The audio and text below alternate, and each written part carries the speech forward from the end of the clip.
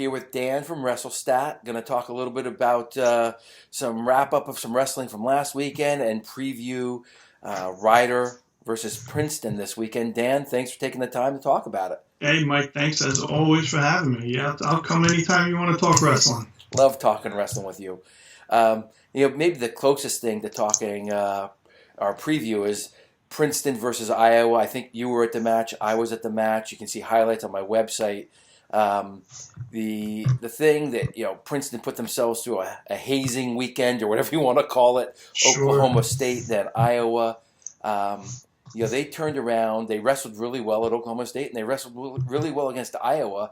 If they win the Brucky match, which they lose in the last few seconds, Jacob Warner gets the takedown. Mm-hmm. All of a sudden, that's a seriously competitive match. Yeah, and then also you look at in 149, they lost in the tiebreakers in the ride-out. So D'Angelo and you flipped Lugo. 2 of those. Yeah, good competition going on there at Princeton. And Iowa and Oklahoma State, but Princeton has really built themselves. They're not an Ivy Power anymore. They're just a wrestling school. I mean, I don't know if the administration knows they have wrestling, but they wrestle hard. They do. I mean, they show it. And going out to Oklahoma State was certainly no easy task. And to come out really in 18-15 and the 165-pounder for Princeton was ineligible because of a skin condition. So right there, they had to give up 6 points because you're on the road and you don't bring a backup for that weight. You got to give up 6 right there. So I mean, you take that match away, and things could be a lot different. Cuomo, who getting past the skin test, was 7-1 on the season. So he's a capable wrestler, and that match could have easily gone Princeton's way. Could have, absolutely. The thing that I found fascinating about Iowa is, all right, they left Spencer Lee out. I'm assuming he's training for the Olympic trials or whatever they're calling it this year, and but they have been down to Penn State the last few years, and other teams as well. But to me, it seems like they've copied that style. Their guys are aggressive, they're bullies, and even their backup, right, who wrestled Pat Glory. Now, Glory, did he major him? I think he majored him. He did major him. Cashman, or did he end up taking him? Let's see here. He oh gosh, I missed it. Sorry. That's right. Well, he came to compete. While you're looking it up, Cashman came to compete. He was not laying down. You know what? It was 10-4, Mike. 10-4. 10-4. So he came to compete, and Iowa. I mean, they're filled with wrestlers from Ohio, Pennsylvania. You got to think they're coming to New Jersey. Look, they didn't come to wrestle Rutgers. They came to New Jersey to wrestle Princeton outside their normal Big Ten required schedule to start looting the Garden State. Sure, absolutely. The more the merrier, they're thinking, I'm sure. Like you said, they're getting a ton of the Pennsylvania good guys, so why not come to New Jersey? There's certainly a few uncommitted juniors in New Jersey that are certainly all the top schools will be recruiting. So I don't know. I didn't see Van Ness there, but maybe they were taking the trip, hoping to catch a little glimpse of Van Ness. Absolutely, we didn't see Van Ness. So Ironman Seminary created a lot of separation from Blair, even with Bo Bartlett taking second. But Shane Van Ness was not in the Blair lineup, and right. I don't know what's going on there, but I'll be covering them when they wrestle Del Barton and Malvern Prep right after the New Year, and hope to catch up with them and see what's going on. Nice. But that was a tough tournament. It's the toughest in-season tournament, and Wyoming Seminary really, without their best performance, really laid a whooping and a separation on some of those teams. They did. They did a great job. I followed it from a little bit more of afar, but certainly saw those guys all over the place. Wyoming Seminary guys, so did a great job. The last thing or actually a couple more things, but I haven't really rounded out the Penn State versus Lehigh match. I was there. You can catch highlights on the site, but someone really close to the Penn State program told me that Lehigh always wrestles them tough, and with the new personnel in the Penn State lineup, it's not the bonus point team that you're used to seeing, and it creates a lot more competitive matches, and it speaks to some of the parity I think that's going on here at the Division I level. Yeah, and with Penn State, the big thing I think with them is did they find themselves a 125 pounder now? Not obviously he lost to the Lehigh to Patel, but Brandon Meredith seems to be their guy now. Obviously they had Teskey there, they gave him a shot. Didn't seem to work out maybe, but at the current time it looks like Brandon Meredith is going at 125. Like we said, he beat Michael Kolioko then on I believe it was Sunday, so that's a very good win for him. That's huge. And then Penn State also brought out over the weekend was Aaron Brooks, so I mean that's a big thing. Now the speculation will be: Shakur Rashid, will he not wrestle, or will he go up and then bump out Kyle Cannell from the lineup? Which obviously I don't think Cannell is. Been doing too well, or as well as they thought he was, taking third in the NCAA's a few years ago. So some interesting things there for Penn State on what they're going to do with the roster the rest of the way. Yeah, Brooks looked fantastic, and I can only imagine he's going to look a lot better with some D1 matches under his belt. Yeah, he'll only get better. And my guess is that we'll see Rashid coming back from an ACL surgery, later in the season. I think they want to give him as much time to heal as possible, and that is, him going to 97 is the key to them repeating if they're going to repeat. I mean, it's not the key, but that's a major piece they need to score at 97. Otherwise, Iowa is going to, rack up some serious points. Right. Sorry about that. My kids are walking in. So, what do you call it? So, yeah, obviously they have the guys that could certainly finish, first in the country, but it's those other guys that could get them points that, just getting on the podium is going to help them a lot. And watching Meredith wrestle Patel, Phillipsburg guy, and Meredith is right, he grew up 10 minutes away from me. I did not expect Meredith to beat Kolioko. I've watched Kolioko a few times. That kid, I'm thinking he's going to All-American this year. I said the same thing. And Meredith, I don't know if it was nerves. Stabler Arena set an attendance record. I don't know what it was. Maybe it wasn't 100%. I didn't get to talk to him after the match. He wasn't made available to anybody but PA Power Wrestling. And that's because I think the guy coached him in middle school. But coming back and beating Kolioko on Sunday, that's a big step, and that's been a black hole since Nick Soriano left. Penn State for Rutgers, and that kind of leads me into my next thing, which is I've heard it from a number of people that that Nick Soriano is done wrestling in college. I don't know if it's true, and I don't know if you have any thoughts on that, but that's what I've heard. Well, I'll say this: any thoughts I have are certainly my own. I haven't heard anything. There has been whispers of that.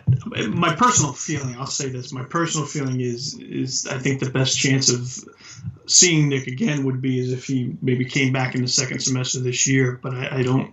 I don't know if that'll happen from what you're saying.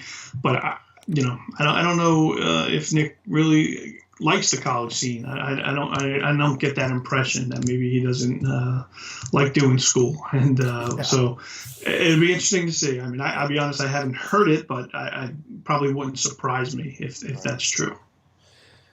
All right, well, time will tell. We don't know, and Nick doesn't respond to my messages, so he used to, but not anymore. But here we are. You got to go through his agent. Yeah, got to go through his agent. That's his dad, right? He doesn't respond to me either anymore. He used to. But let's get on to the preview. We got Ryder coming in to wrestle Princeton, the second closest matchup of D1 schools in the country other than Penn and Drexel. And Princeton's coming off winning last year for the first time, I think, in modern history, maybe 19 years or 20 years. So, we've talked a bunch about Princeton here. Having a tough team. They're coming off back. This isn't the same Princeton team from 20 years ago, as we all know. Exactly. And they're coming off, as good as they look, they're coming off back-to-back losses to OSU, Oklahoma State, and Iowa. Riders coming into the duel after getting kind of dominated by Central Michigan. But it surprised me. Yeah. Me too. Right? I was not expecting that, and I think there's some tweaks coming into the lineup. We'll talk about that. But both of these teams have also knocked off top 10 teams, in the season so far. Riders knocked off Minnesota. Princeton's knocked off Lehigh. So it looks to be real competitive.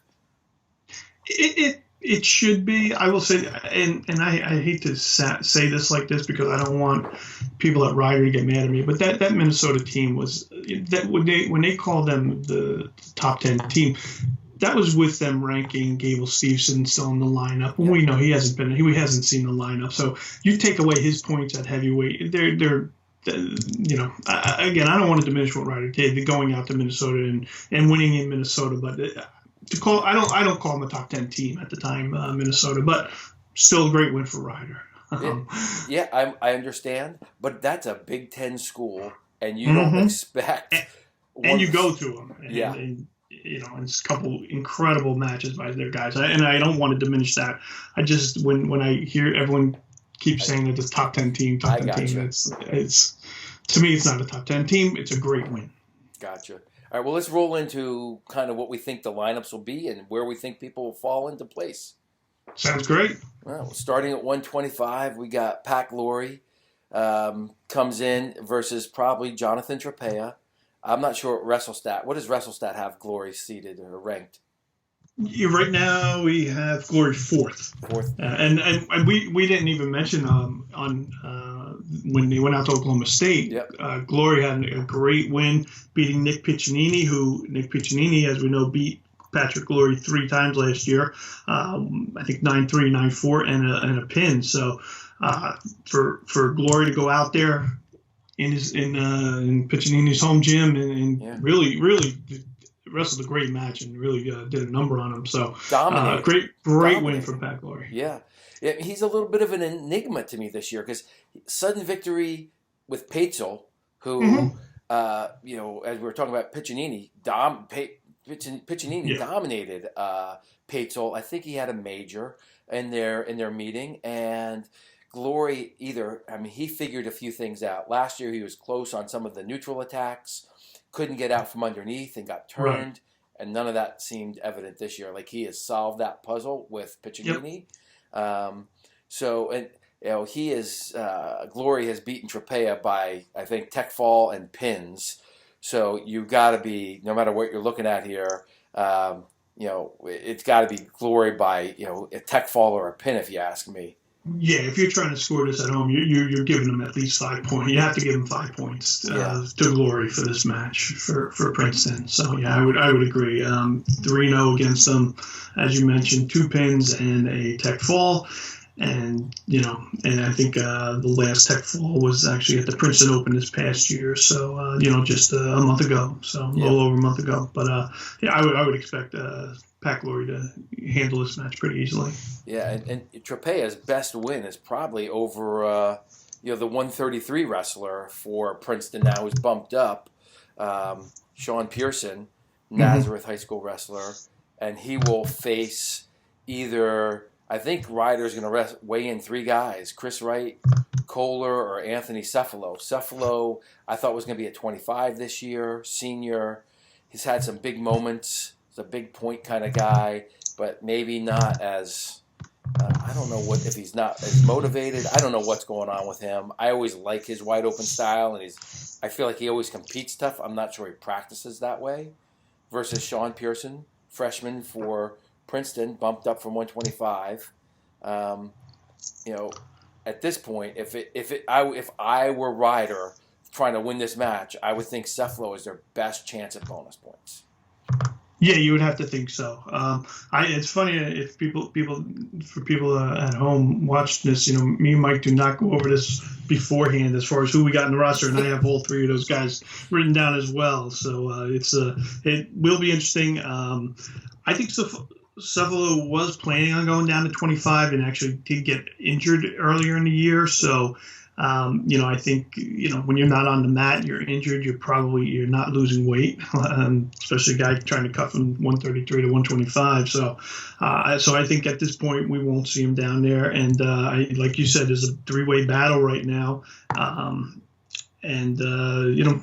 Like I think even Richie Kohler was having a pretty good year, but then he dropped a match over the weekend, which I was a little surprised at. I thought that was really going to be his good chance for him to show coach what he could do, and maybe he would have gotten a couple more starts going forward. But I think you see Saffola, like you said, he's the guy that's got a chance to catch someone, and I have to favor Ryder in this match, assuming honestly any one of the three. I think it's could be a lot closer if it's going to be a Kohler or a Wright, but I think Saffola is could come out, and I wouldn't be surprised at all to see Saffola put on some points. And he's a pinner too, and he could certainly catch someone. And saw it last year against Iowa State, so there's no reason why I think we can't see it here against Sean Pearson. Yeah, and I know that the Princeton coaching staff is preaching being aggressive, but this is one of those things where if Pearson is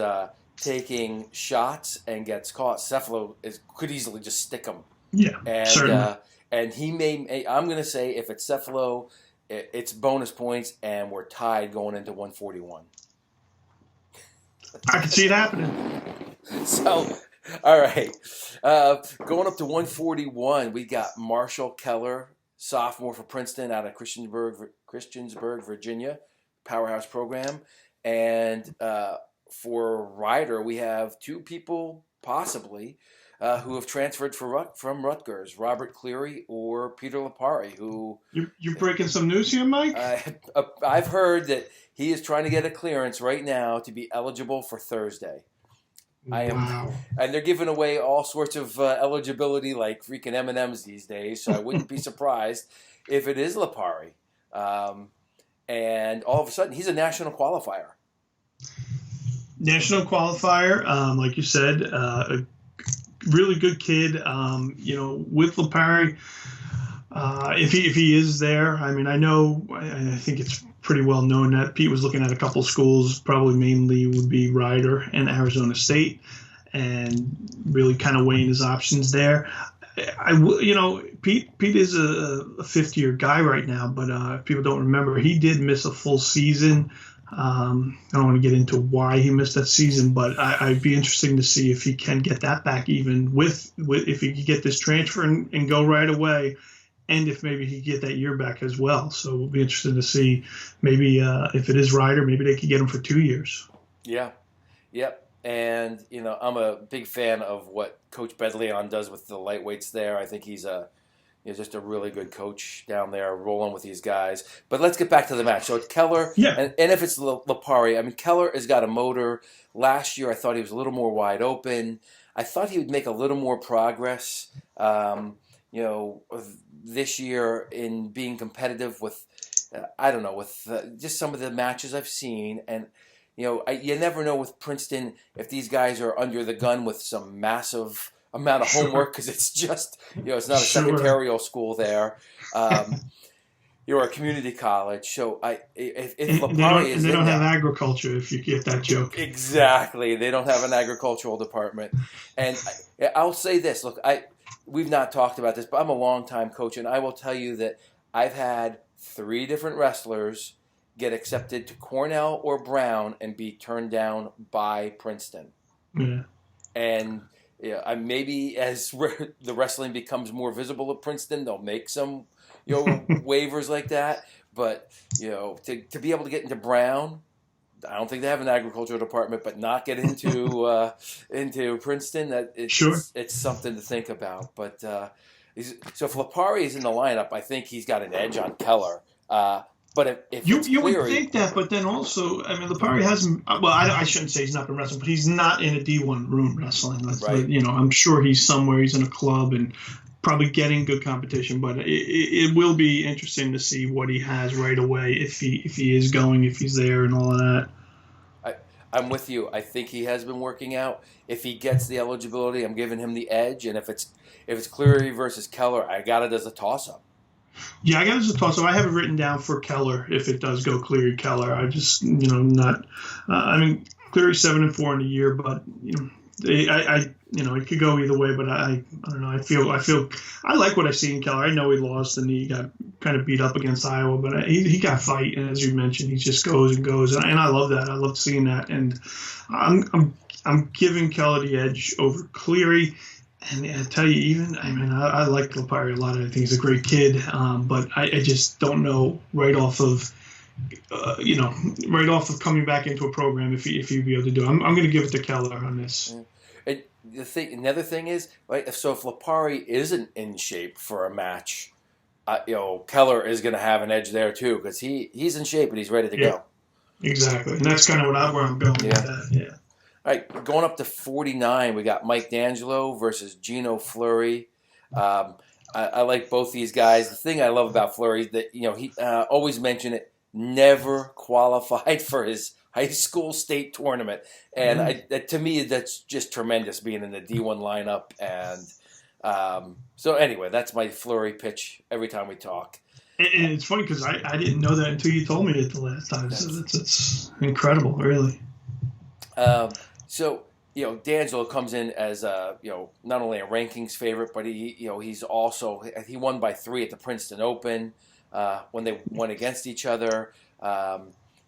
So I think D'Angelo has that advantage. You can never tell how good someone is in a loss, but that Lugo match, it was right there, and Llewellyn was close, but not as close as Lugo. So, I got to give the edge to D'Angelo there.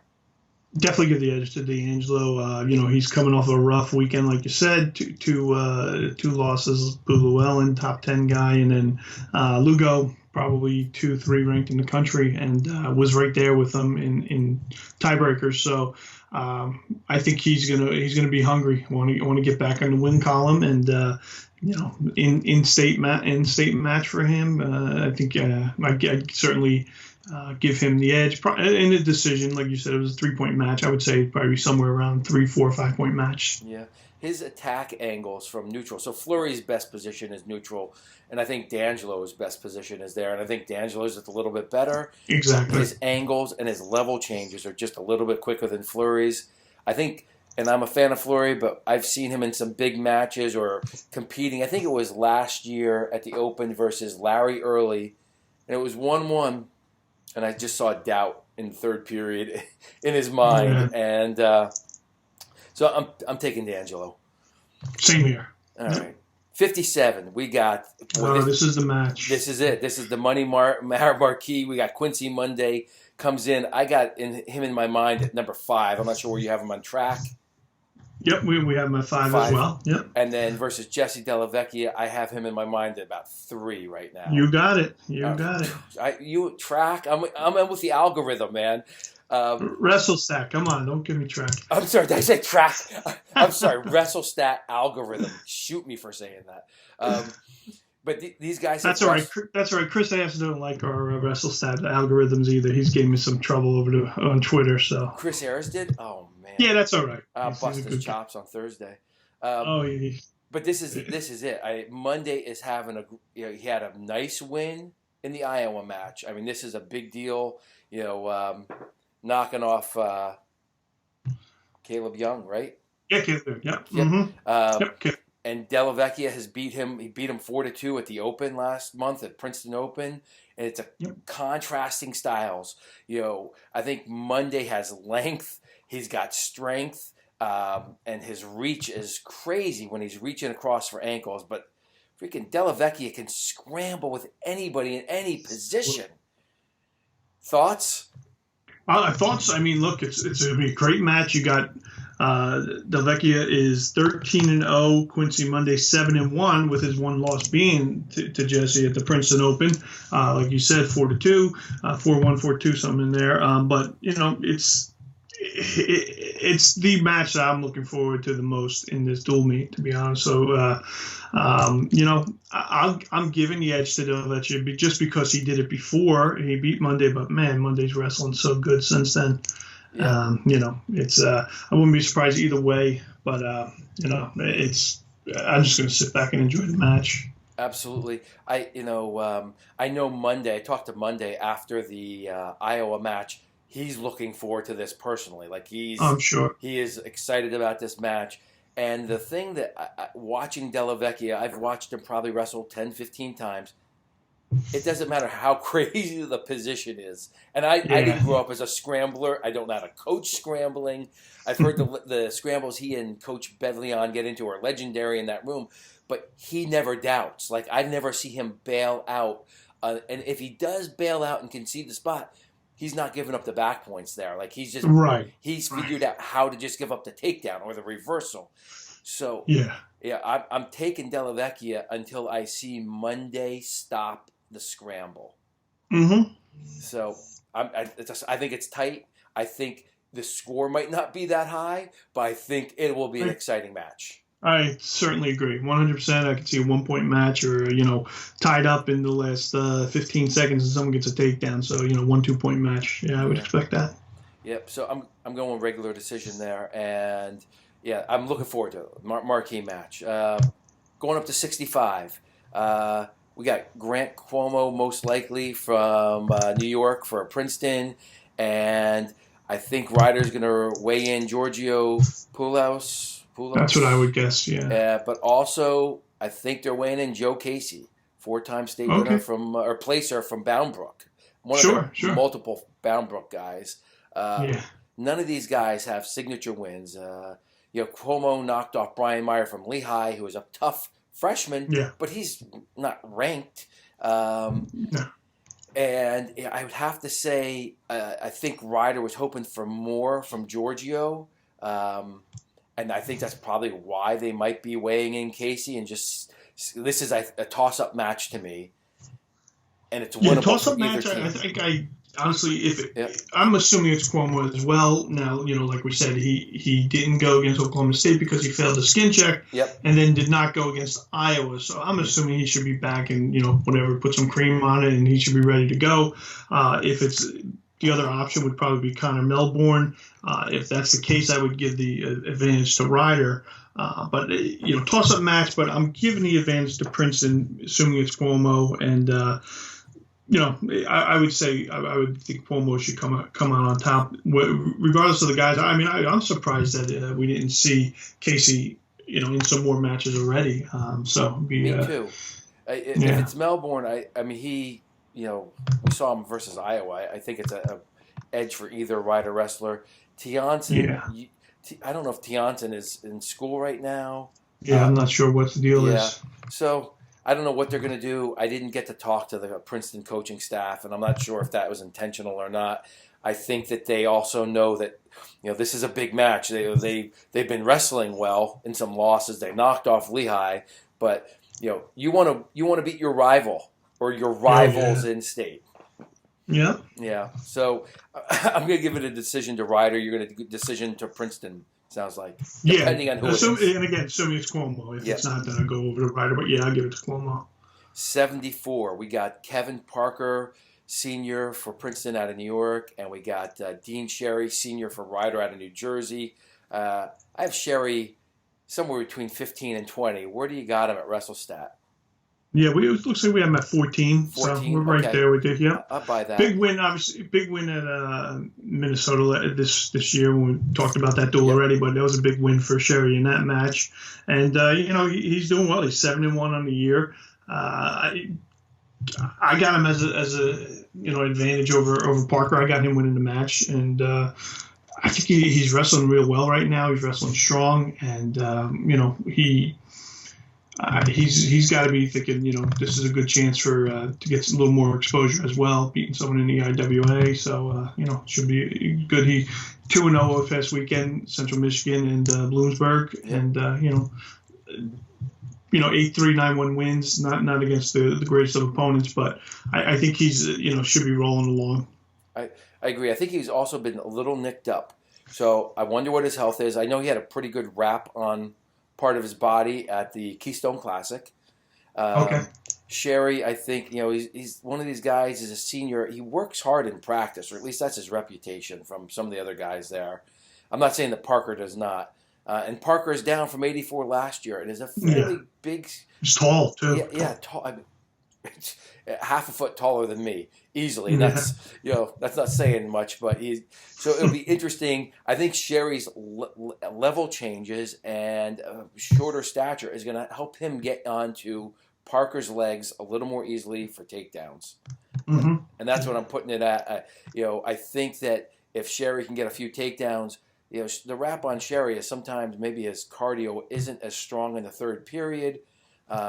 And the shortcoming of Parker is maybe he's not aggressive enough from neutral. I'm not sure if he can score from a number of spots there.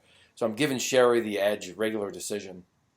Yeah, I got to regular decision as well. As you mentioned about Sherry with his engine in the third period. Remember last year against Rutgers, Rutgers had Willie Scott out there, and Willie was losing in the third, but took top and was able to turn Sherry for the win last year. So, that's something to think about with what you're saying. Yeah, absolutely. All High school teammates, Willie Scott and Dean Sherry, too. How about that? That's good stuff. Going up to 84, Princeton should be having number, I've got between 15. It's hard to rank Travis Stefanik. He knocked off Brands. That's his biggest win. And was Brands prematurely ranked? I don't know. I think he was prematurely ranked as high as he was ranked, but that's just me. Yeah. Stefanik, I think he's a sophomore out of Nazareth. We got George Walton in the lineup coming in probably between around 25. What does WrestleStat have him at?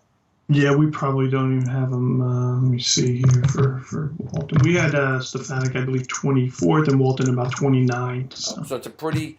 So you guys, the algorithm has him. This is a close match. Pennsylvania. Yeah, versus, we're actually. Oh, go ahead. Oh, I'm sorry. We have a prediction engine, and we predict WrestleStat predicts Stefanik to win 8-5. So it's a pretty close match, and they actually wrestled to a 3-2 match. Looks like last year, the Princeton Open last year. Down at 174 pounds, I think I saw that match. Correct. Yeah. Yeah, Pennsylvania versus New York or New Jersey high school guys. The Brands win has kind of Stefanik. He and Monday of last year, I'd watch him wrestle, and I felt like they were wrestling matches the hard way as they were learning. There's no redshirt year there at Princeton. No. And, it's not easy to break into that. So I don't know where Stefanik is. I like Walton's motor. I watched him wrestle last year. I think was he down a weight? His motor wasn't right, but I like his attacks. And was it a 2-1 match in the last few seconds? And I think that Walton was in on a shot at the Princeton Open, and Stefanik countered it. I'm not 100% positive how that ended up.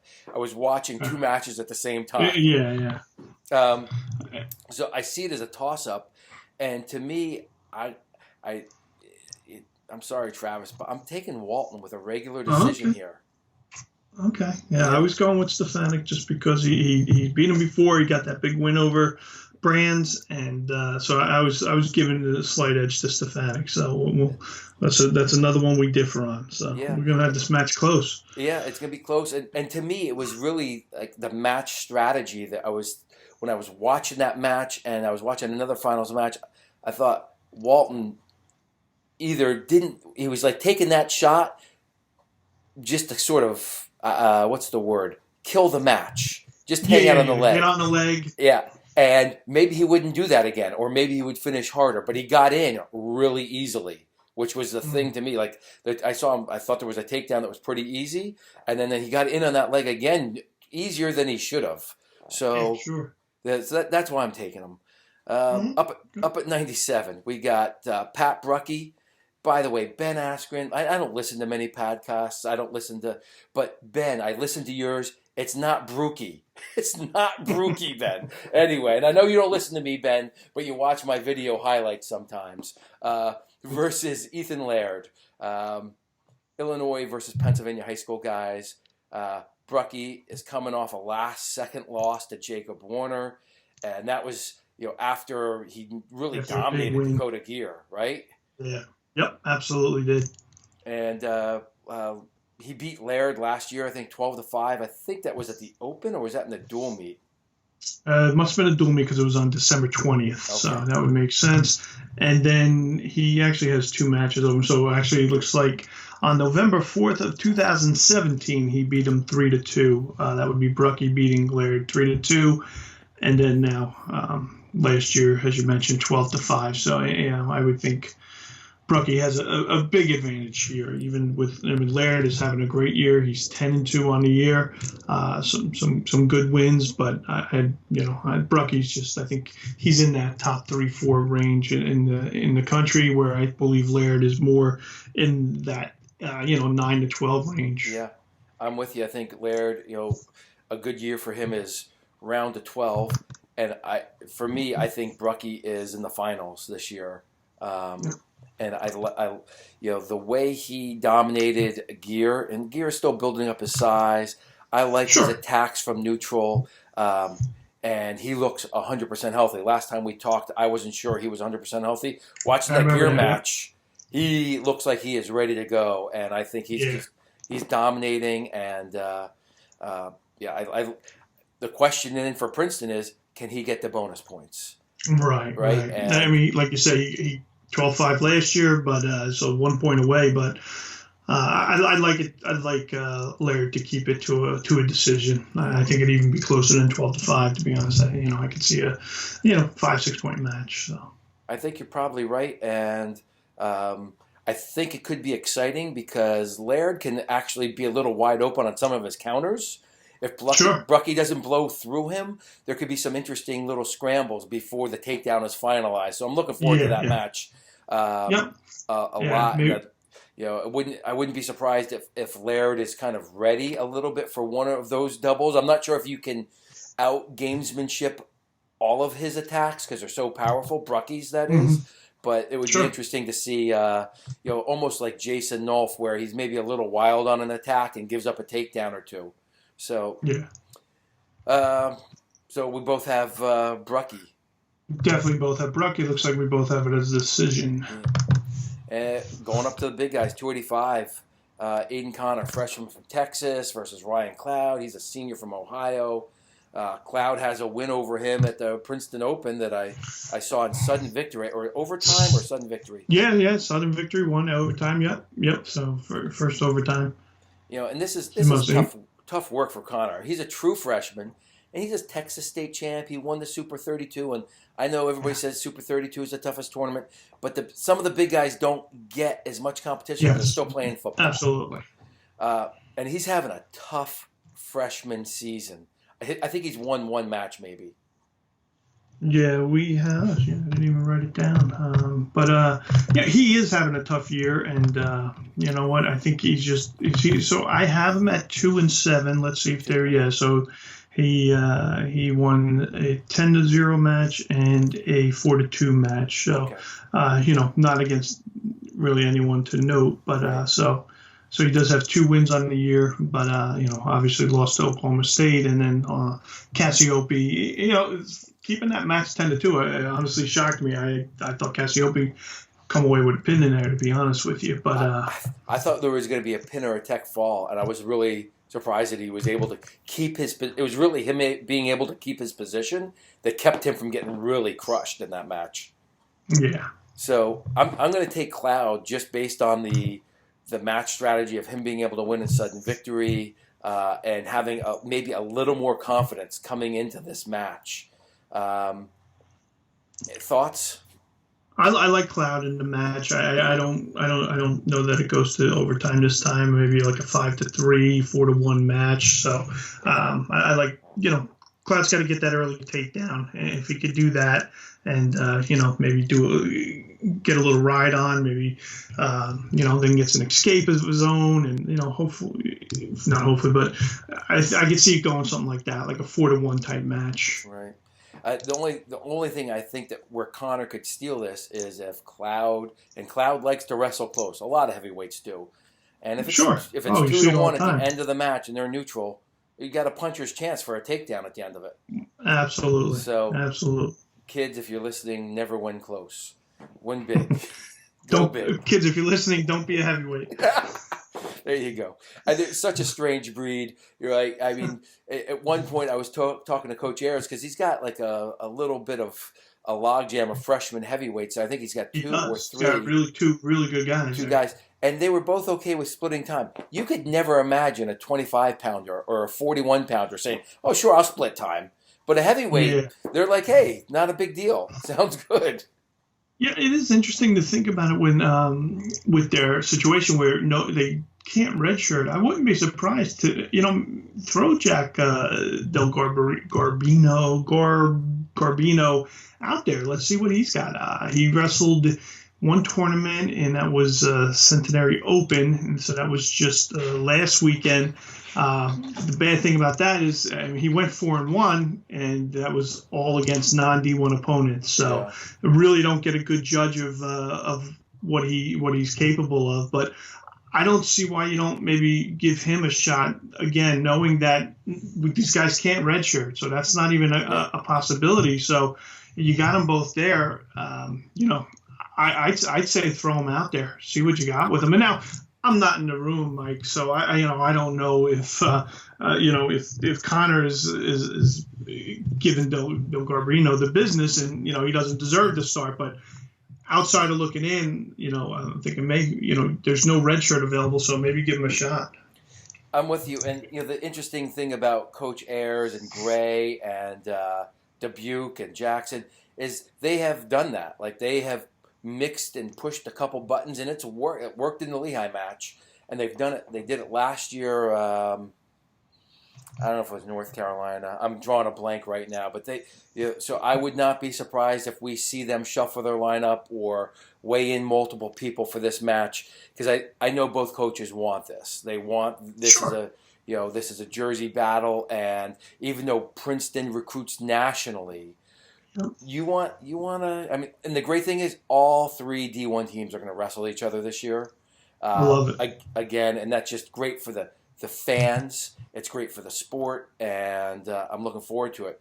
So, back to this match. Right now, I have it as a 5-5 split, and the bonus at 33 and 25 playing a possibility. Lapari's eligibility could make a difference as well, and if everything broke Princeton's way, it would be 9-1. If everything broke Ryder's way, 7-3. And I got a 21-13 score at the widest margin for Princeton, or 18-16 for Ryder. So I'm not very definitive right now. Right. Well, I will say I definitively have about a 22-12 Princeton win. So is that what you got online there? That's what I have on my. That's what I have, not WrestleStat. Okay. But my own. What is WrestleStat? I think WrestleStat has Princeton pretty easily. Well, no, actually, man, I didn't mean this to happen, but they have it 22-14. So there you go, 22-14. So that's what I have is the widest margin of victory for Princeton. But part of me thinks this is going to be a 3-point match because both teams are going to be amped up, and maybe just because I want it to be exciting. Don't we? Yeah, we definitely want it to be exciting now. But the way even I have it with Princeton winning 22-12, that's with Quincy Monday losing. So I mean, for me, it could probably get even more points for Princeton if things fall their way. Yeah, I think but and I think the odds are greater for them, Dan. Right, to have if they won all the toss-ups, they could win 9 bouts.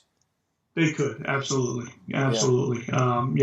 Trying to think. So the way you have it though, it'd be interesting because you might even have it tied going into heavyweight. So 285. So that'd be something. Yeah, and we're assuming it's starting at 125. But exactly.